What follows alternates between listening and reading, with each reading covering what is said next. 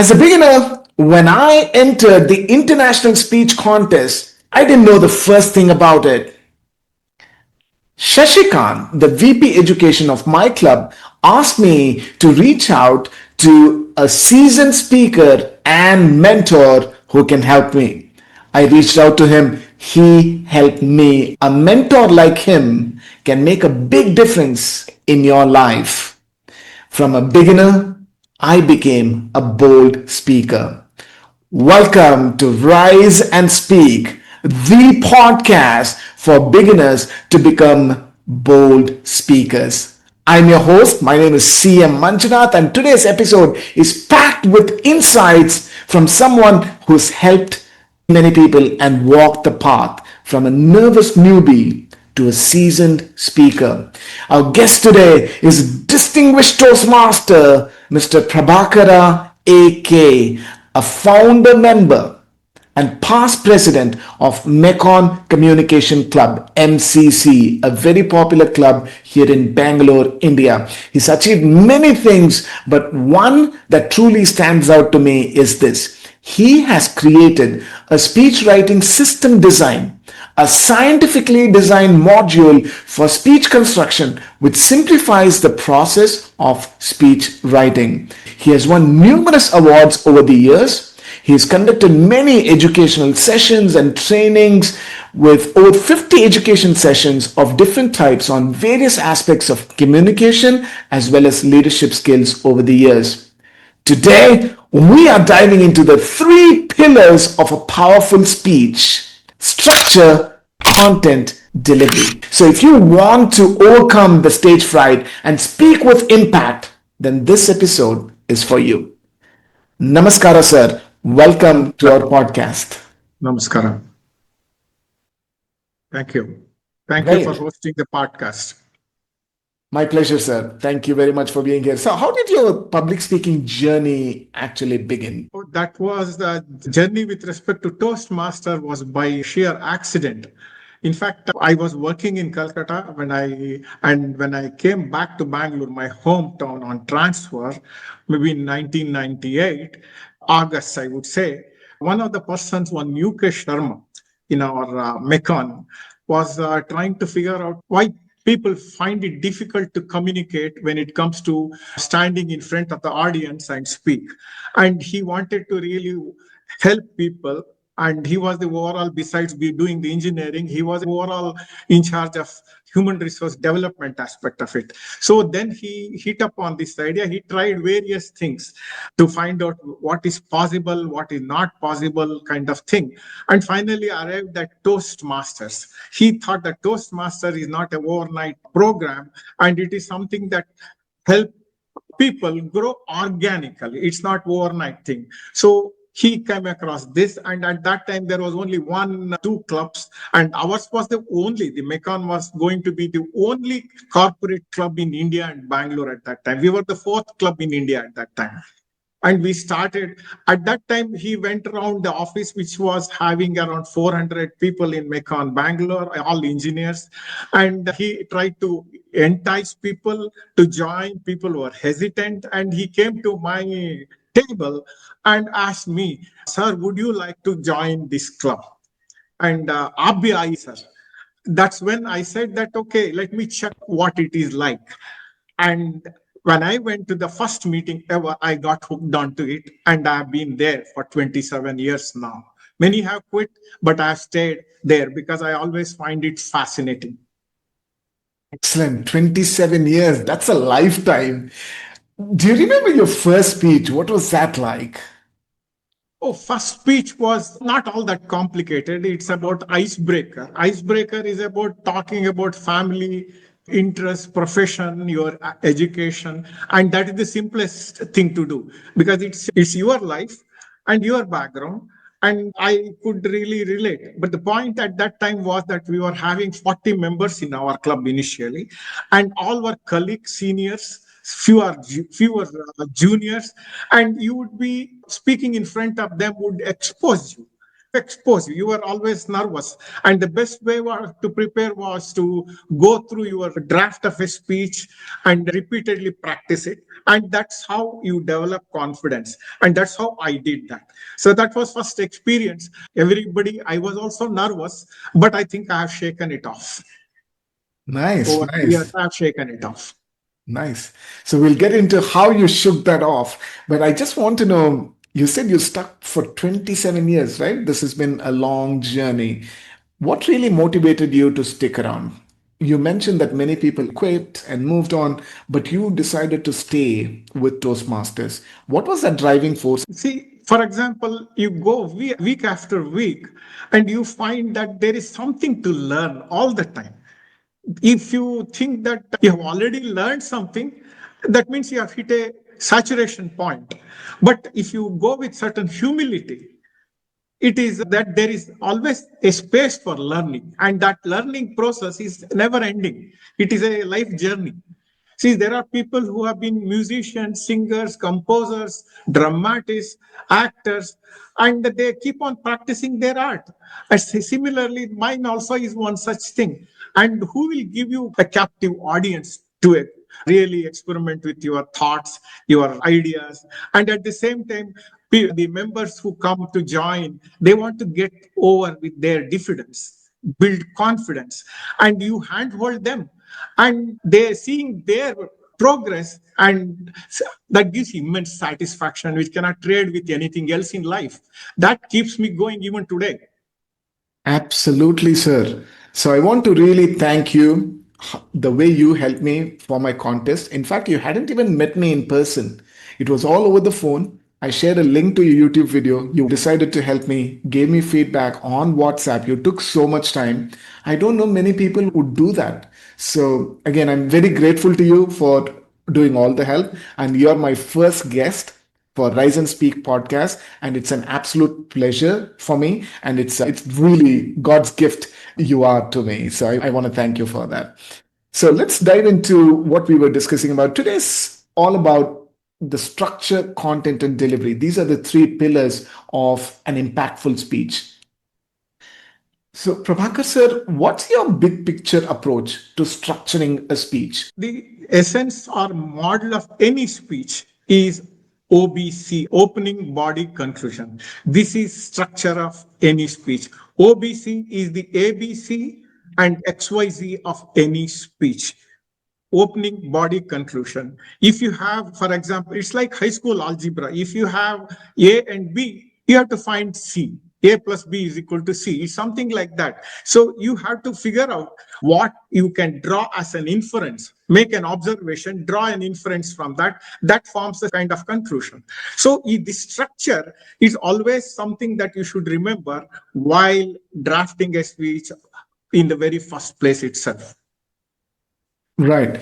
There is an opening. A good speech will always have an opening, a body, and then a conclusion. Right. That's like the foundation, isn't it, sir? Yeah. Very Yeah, good. right.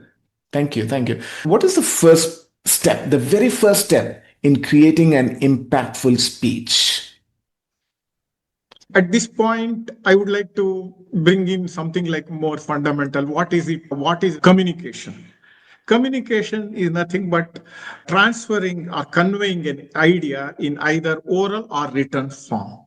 So in this case, speech, it is oral form. And when it comes to that, the very starting point is what is that idea you want to convey to the audience? The idea is the starting point.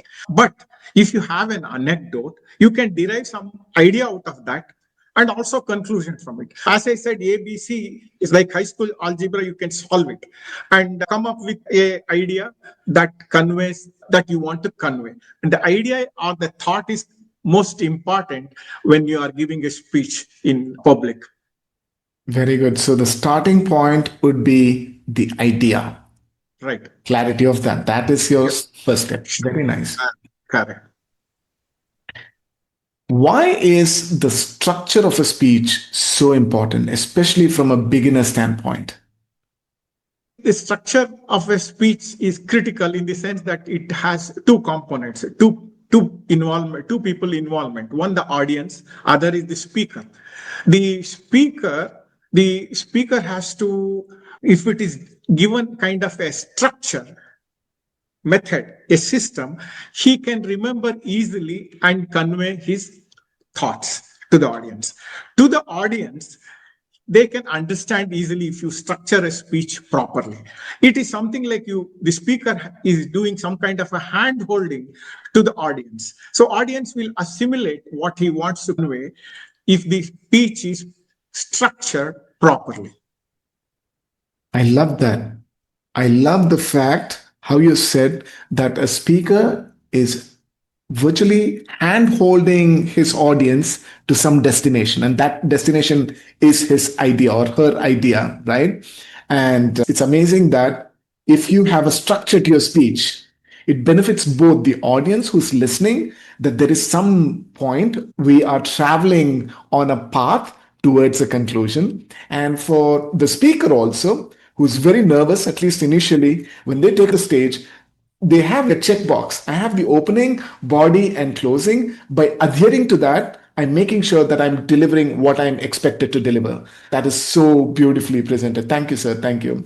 In fact, that I would like to add a point here that Toastmaster International recommends to overcome the nervousness that you brought up, the issue of nervousness. They recommend that you better be by hearting the opening and conclusion.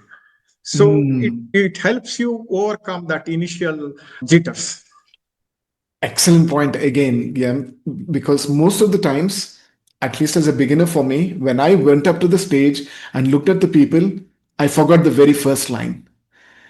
So by really memorizing the opening as well as you can, and you get comfortable on the stage, after that body becomes slightly easier. So it's a great point. Thank you for bringing that up. So speaking of that, let me know what are some of the common mistakes that beginners makes, especially when it comes to the structuring of the speech. The common mistake that I found is that, as recommended by Toastmaster, they all start with a quotation and they give their body of the speech one, body of the speech two. And when it comes to conclusion, they forget to loop up the opening and the conclusion, what I call as big loop. They are not closed, they leave it open. Leave it open means not giving clear conclusion with respect to the original quotation or original starting point that they started the speech with. So this is a typical common mistake of not looping up the opening and conclusion. Yes, very good. So can you give me an example, sir? Maybe a mistake that you have seen in regards to somebody who opened the loop in the opening, but failed to connect it in the closing, and so that people get an idea of what we're talking about. A specific example, if you can think about. For example, one Toastmaster came up with this concept. He started by saying the mind game is everything. And when he said that when it comes to mind game, it's about chess, he remembers. He was a state level chess champion. And towards the conclusion, he said that if the mind game is not, he didn't tell anything about it. At the end of it, he said he didn't conclude with respect to the mind game he started with. He talked about chess and he said how the chess is played and how he kept winning. As far as the mind game is concerned, he didn't conclude at all. He left it open. What was he trying to convey at the end of it? Was not clear to the audience. It's okay, he spoke well, English was in place, the language was in place, but he conveyed he spoke well. But what is it that he was trying to convey? He has to really reinforce what he started with towards the conclusion. That's what happens. Yeah, and it leaves your audience thinking, what just happened? There is a sense of dissatisfaction because that loop is still open, isn't it? That's how it's. Yeah, that's what. Yeah. Okay, that is a crucial mistake that one should avoid. Excellent. So let's talk about one actionable step that people can take when it comes to structuring a speech. And if you can give this as a practical thing, people can do, it'll be wonderful. See, as I said, that suppose let's take an anecdote, for example, practical step is one such example is, I remember Sehwag, cricketer Sehwag, playing county cricket. There, he was the batsman at the other end, the man who is facing the bowler. was one Jeremy Snape, if I remember, Jeremy Snape. And the bowler was Pakistan pace bowler Abdul Razak. Now, the ball had been used for some time and the shine was only on one side. Abdul Razak was bowling reverse swings. Jeremy Snape was not able to read it. And Sehwag comes to in between the two deliveries and confesses that he is not able to read. Now, the question is, Sehwag says just crossover. The moment he bowls, crossover and assume it will not hit the wicket. And before the wicket keeper picks the ball, he would like to cross over. So they cross over and Sehwag comes and bats. And he knows he's going to bowl a reverse swing because he knows how the ball is held by Abdul Razak. And he bowls as expected a reverse swing. And Sehwag hits it out of the ground. Because it has gone out of the ground, nobody there in county care to fetch the ball back. Say a box of used balls are brought to give it to Abdul Razak. Now, Sehwag walks up to Jeremy Snape. He said, for next 1 hour, problem is solved. So this is an incident that is reported in the newspaper, right? And this you can pick up. And now you can use it, for example, giving a title, critical thinking and creative thinking. Now, critical thinking, he met all the rules. At the same time, he ensured what is required to be done is done by change of ball. Now, the point is that you can use it this way. You can repeat your original point. Now you can relate it to this, and that itself is sufficient enough to go about maneuvering the one incident towards making a speech. What I did was that I picked up this incident. It's a newspaper report on this incident. It was narrated by, I'm told, Jeremy Snape to Shane Warne. Okay. And what I did was that, what is it that I can make out of this incident? Virender said, met all the rules that is there in. And then that was critical thinking he did. And then at the same time, he was innovative enough to solve the problem by hitting the ball out of the ground. And the new ball came in. That's a solution. He was innovative and he was creative. So I gave that speech title as critical thinking and creative thinking. Okay. So now the opening, you have to search for it. What is critical thinking? What is creative thinking? You define that. And then you narrate this incident. Towards the conclusion, you say that, okay, this is what is an incident. Now, whenever you have an issue, make it a point to analyze that issue with respect to what happens within the rules. And you are stuck within that rules box. Then come out of it. And when you solve that problem innovatively, and you have a creative solution. And that is essentially what the bosses are supposed to be doing. Otherwise, they become managers. They have to be innovative to solve a problem. So this is one that you transfer it to your office setup to give audience from a perspective, from the point that you know this incident, it's there in public. With respect to that, if you speak, the audience will understand, because you have given a simple example, and Virender Sehwag is known for such a flamboyant approach to solve the problems, and they lap it up.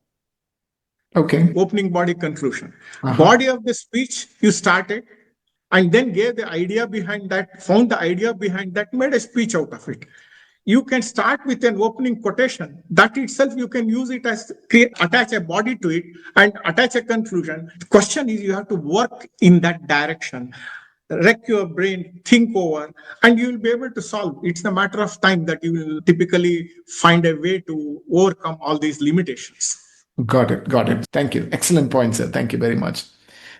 So now that we have the foundation, let's talk about the building blocks of a powerful speech. Structure is done. Now we are moving into the content part. Let's talk about an engaging opening. What makes an opening strong and engaging one, according to you? The opening statement typically or initially when a Toastmaster joins the club is recommended is that you can use a quotation to drive home a point, attach an anecdote, and then the conclusion. But you can also use a joke to drive home a point. And you will get it as you mature in the way of speaking in the Toastmaster ambience. You can use the joke also to drive home a point, to draw the attention of the audience. The whole issue is that you have to have a quotation to be a foundation or a base for a speech or a small joke. It has to be short so that the audience lap it up, latch on to that, catch it. And once their attention you have in your hands, then the speech can proceed. And you, audience, will really be in your hands after that. Okay, so you're recommending an anecdote, which is actually followed by a quotation. You want to start with the quotation, an anecdote, and then drive home a point, which is your main message. Or it could also be a joke, followed by an anecdote, and then driving home a point. Both will work, is what you're saying. So the whole idea of opening is to get the attention of the audience, to get them to listen to you carefully. Once you have their attention, then you can take them on a journey. That's the point. Excellent. So what is your favorite quotation, sir? I'm just curious. Essence of knowledge is having it to apply it. We have knowledge, but what is the point of having it unless you put it to use? So, essence of knowledge is having it to apply it. It's having it to apply it. This is so very good. So a couple of weeks ago, I wanted to explore. I went to a Toastmasters club other than my home club. There, I was given an opportunity to do the table topic. And I think that was the easiest topic in my life till date. And I was like waiting for that moment, easiest topic. Yet I go up there and I'm talking about just a couple of weeks ago. I was so nervous. It's a new club. I'm looking at all of them. And all I could say was, according to Bill Gove, the essence of public speaking is telling a story and making a point. So always tell a story, make a point, and then I just go and sit. I have the knowledge that in a speech, I should tell a story and make my point. But at that point, I couldn't tell a story. There was a lady who joined that club recently, it seems. She walks up after me.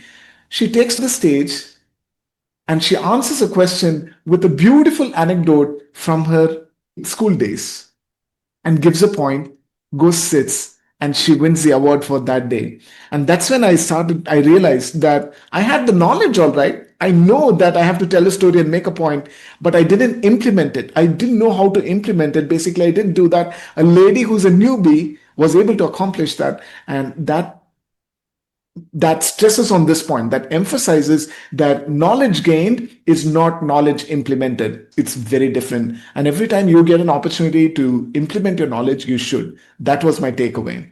So thank you, sir. It connects with me. Now, when we talk about opening, you said it's about grabbing the attention. It could be a quotation or a joke. Let's move into the next section, which is the body. Ideally, what should be in a body?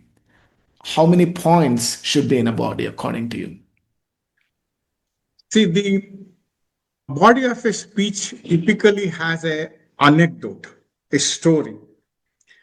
In this, you can say anecdotes could be from your personal life, but if you tell that only, sometimes it gels with the audience, sometimes it doesn't. That's because if you say, my experience, your lesson, it may not work. Oh, it does. But if you tell that anecdote, personal life anecdote, and tell another anecdote that's available and known and that is there in public domain, then the audience will be convinced that not only what happens to somebody that is there as a story in the public domain, it has happened to the same person that who is speaking. So you are going to be more convincing when it comes to solving a problem and addressing an audience. This kind of thing helps. Okay, so it should ideally So, be a combination of personal stories, which are your anecdotes, yeah, plus what's available in the public domain, is what you're yeah, saying. yeah, it's a combination. These are the two methods to really approach the speeches. Very good. That is very interesting. So, within the body, do you have a number of points that you make? I know that your entire speech has one core idea, but in the body, do you have multiple points that you usually Yeah, recommend? yeah, I see the body of the speech from the original quotation or a saying starting point to get the audience attention. You move to the body of the speech, not directly, but through a transition. Hmm. That transition is where you make another point. Maybe you are talking for the topic, and in the next anecdote or story, you switch to the flip side of it or the negative side of the aspect that you are trying to drive. But towards the conclusion, you are going to say, let's say, weigh the pros and cons and come to a conclusion which is better for us. To the audience, you will be saying that. And then say that, according to me, I feel we should go with the advantages, which is more. So, this kind of inference you have to draw out of the two anecdotes or two stories that you are going to speak as a support to the original point. Great point. Thank you very much for that. So, one of the biggest challenges for me as a speaker, and I'm a beginner too, I'm less than 1 year old in the Toastmasters Club, is to find these stories. How do I find stories, examples, data, illustrations to make my point powerful? Help me with that, please. So, you should remember how you get the information from the world. And you receive it through newspaper, magazines, books, then your own educational background. These are the processes that happens all the time. But to take an example, I would like to just elaborate on how we get information from. We receive information from page one to the last page is like this: politics, local news, editorial, technology, and science, then spirituality, international business, sports. Then you have a supplement that talks about culture, entertainment, and fashion. So these things arrive to you every day. Now it's the you have to speak on certain topic. Now, whom are you addressing?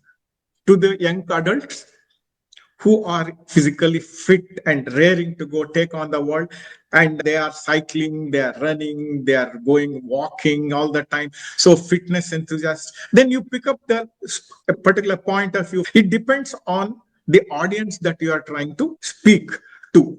So the issue is here, the news that you get, you have to pick up the right ones. So if the young people are in front of you, this sports could be the place, sports incidents could be the one that you can be putting across to them.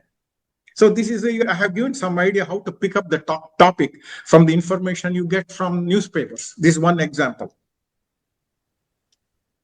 I'm so glad that you brought this point. Your ideas could come from newspapers, magazines, based on your own educational background. I made notes of all of that. But the driving force should be your target audience.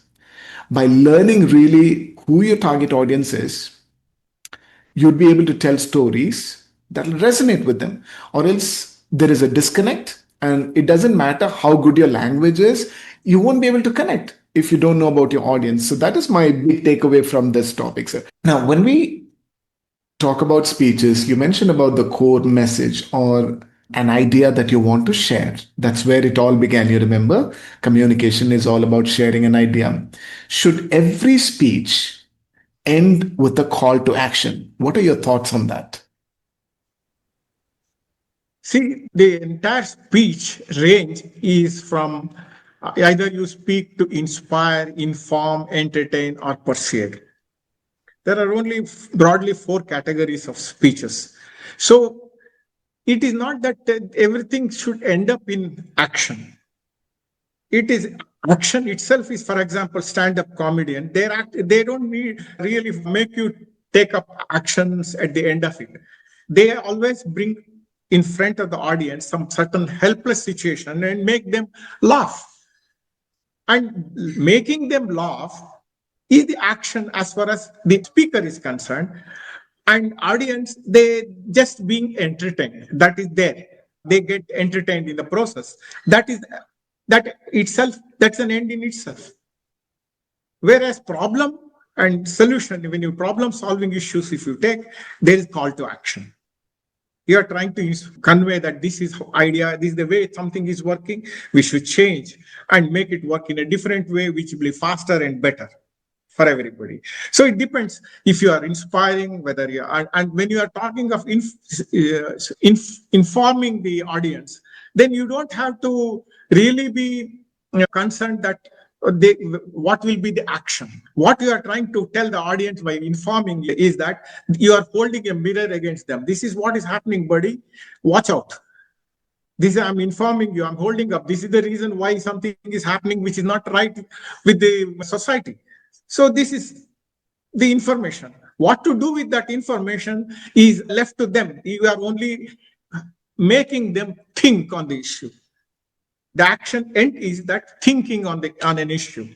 So every speech has some kind of a action built into it, but thinking is one, making them thinking is one, problem solving means there's a solution. These are the things that you have to decide depending on what you are trying to do, whether your intention of the speech is inspiring, informing, entertaining, or persuading. All right. So I think I have made my point here. Yes, yes, sir. Got it. It's beautiful. So every speech, according to you, falls in one of the four categories. One, inform. Another I, which is for inspire. E for entertain, or P for persuasion.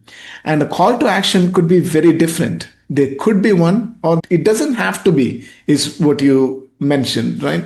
So when we're talking about entertainment, getting people to laugh and just enjoy the moment could be an action that you're expecting from your speech. On the other hand, when you want people to inspire, maybe you'll give them an action to do something. Information, on the other hand, will be like a mirror. Just know this is happening. That could be a call to action. And finally, the persuasion. You might be selling an idea, a product, or a service. In that case, you may want people to take some action, buy your product. So yeah, it makes sense. Absolutely. Thank you very much for that. So what is the key to memorable closing, according to you? What is an absolute necessity when it comes to closing? See, when it comes to closing, you have to, as I said, big loop, the original point with which you started, and you have to conclude that using that as a basis to say what the original point was right or wrong, advantages or disadvantages. You have argued for and against both in the body of the speech, but towards the conclusion, you have to say what you assume to start with. Is it right or is it wrong? Or is it something that we have to hold on to and take action according to the inferences drawn based on whatever you have spoken? Okay, so memorable, and when it comes to memorable things, it is different. You have to put whatever you want to say. If you want the audience to remember that line, you should be able to put it in 7 to 8 words, maximum 10 words in a sentence. Let's call it in simple, different way, that saying one line. Okay, so if you put that in as a one-liner, so what happens is that it tries to remain in the head of the audience. So you have to work creatively about creating a single line that makes the impact. Towards the conclusion, don't say too many things. Say that one line and bring all the things towards the speech, all the speech words that you have told towards that one sentence and repeat it. Very good. It would even be better, I would say, that in your anecdote, if you can build that one line to reinforce what you have already told. So this reinforcement leaves the audience with no doubt as to what you are trying to convey. Okay, so that's my take on that. Thank you. So this reminds me of the world champion Dhananjaya and his very articulate speech where he used his one-liner, which is memorable for, I'm sure, any Toastmaster in the world today, because that is such a beautiful speech. I see something in you. Right? It just comes up like that. And Right. it's catchy. There is a beat to that. So people can easily remember that. It's a very important point that you make that at the end of a presentation, there should be just one offer, one clear message. And that message should be built into the structure right from the body so people know that you can expect that at the end. And a one liner, which will be catchy, can be memorable. So when it comes to closing, focus on one thing, structure a one sentence or a one liner that'll be catchy. That's my takeaway. Excellent, sir. Okay, folks, if you are enjoying this episode so far with DTM Prabhakara sir, please hit that subscribe button and share this episode with your fellow speakers so that they can benefit from this amazing episode and more to come. All right, sir. Now I'm going to move on to the third section of this episode, which is going to be about delivery. What are your thoughts about Dr. Albert Mehrabian's model? There's been so much hue and cry about how much is body language, how much is vocal variety, and how much is actually content. What are your thoughts on that? 7, 38, 55%. Verbal portion is hardly 7%, as you have told, and the vocal portion is 38, and visual is 55. So this is valid to a large extent when there is emotions are involved in giving the speech. When it comes to storytelling, there is a pain involved. There is something somebody is trying to overcome certain hurdles, impediment, obstacles.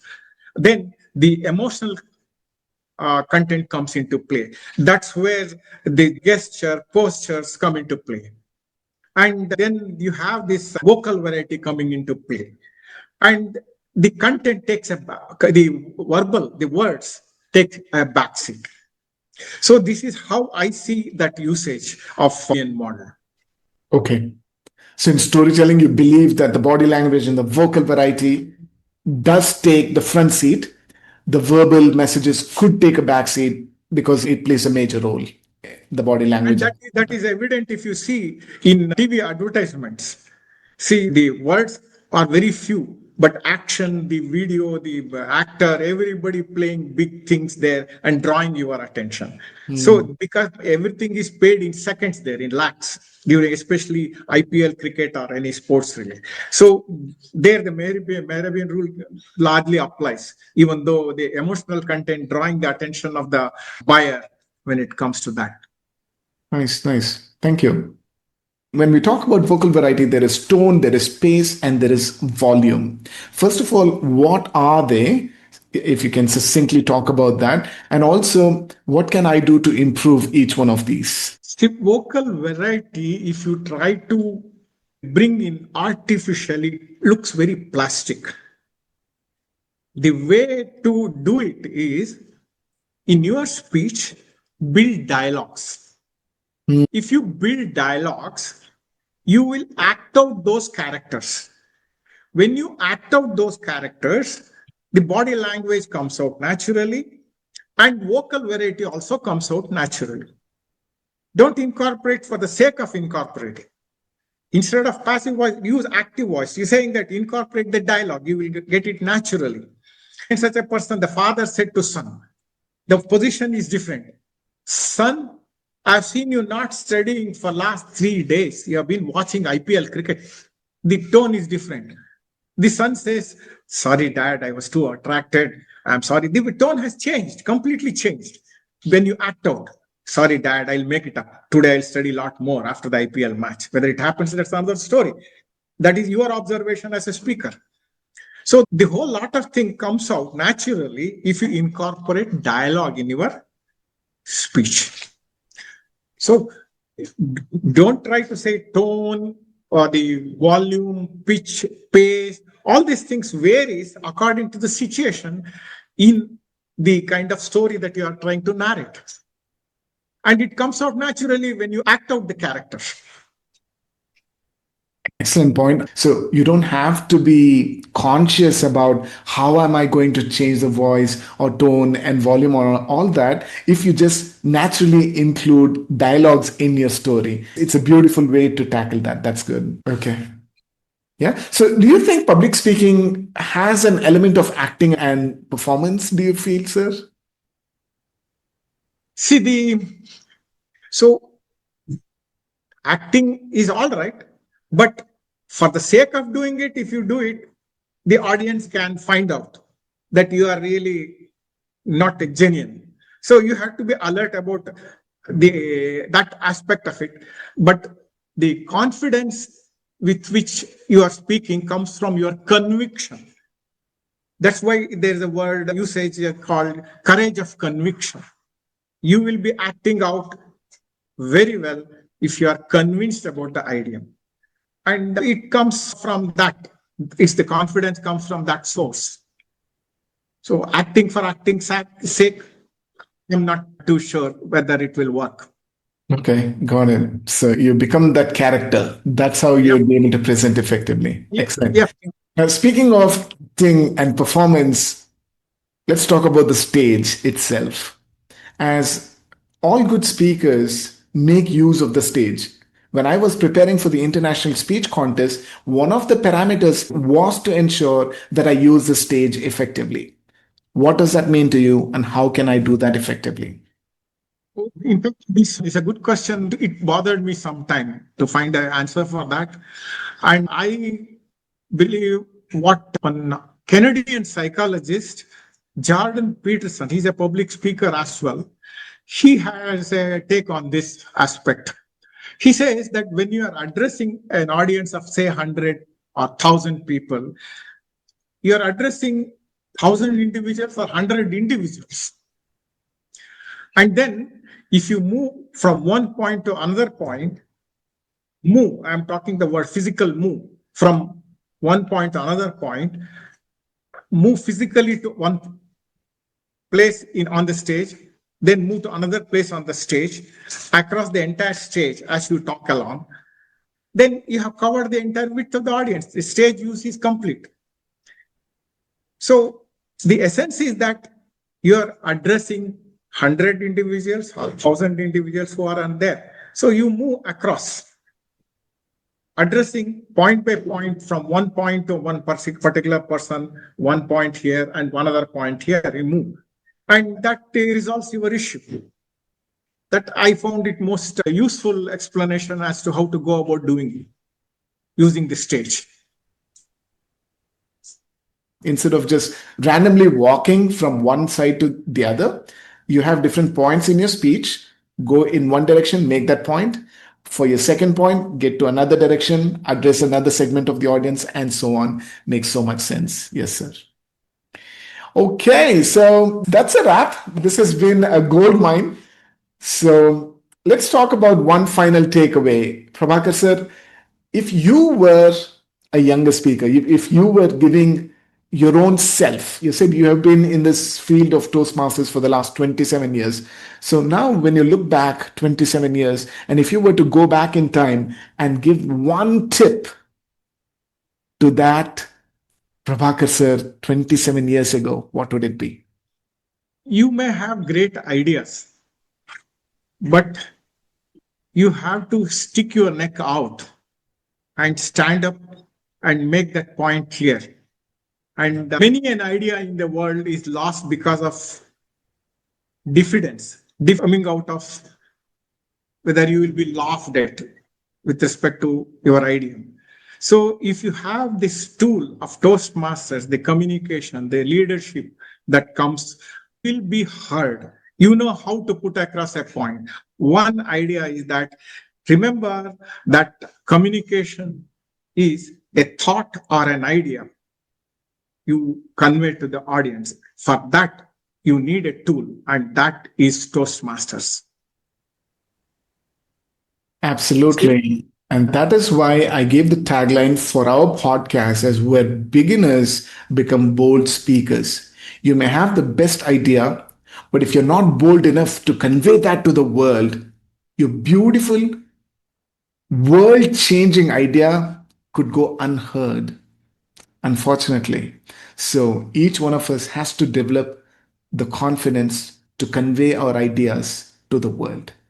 Excellent point, sir. So thank you very much for this time. Sir, how can people reach out to you? You contact my club, Mecon Communication Club, the president. And if you are serious about it, I can take up mentoring or contact me. You can be in touch with me on LinkedIn if you want. And that place is where you can send the message across. Great. Thank you, sir. So that would be Mecon Communication Club, MCC in Bangalore. That's how you can get in touch with Prabhakar, sir, or else, of course, he's on LinkedIn as well. That's it for this episode of Rise and Speak. Huge thanks to DTM Prabhakara, sir, for such powerful insights. If you're ready to take action, start by structuring your speech. Remember one thing for the closing: have an opening, body, and close. If that's your one takeaway, I'll be happy. If there's more, that's great, but at least one thing. The next speech that you give should have a proper opening, body, and close. Commit yourself to that so that you can become a bold speaker. Make sure to subscribe to this YouTube channel and share this video with your fellow speakers. We are also going to be on Spotify as well as on Apple Podcasts. So kindly subscribe to our podcast, both on Apple as well as Spotify, whatever you're comfortable with. I'll catch you next week. Until then, rise, speak, and shine. This is CM Manjunath signing off. Thank you very much for watching.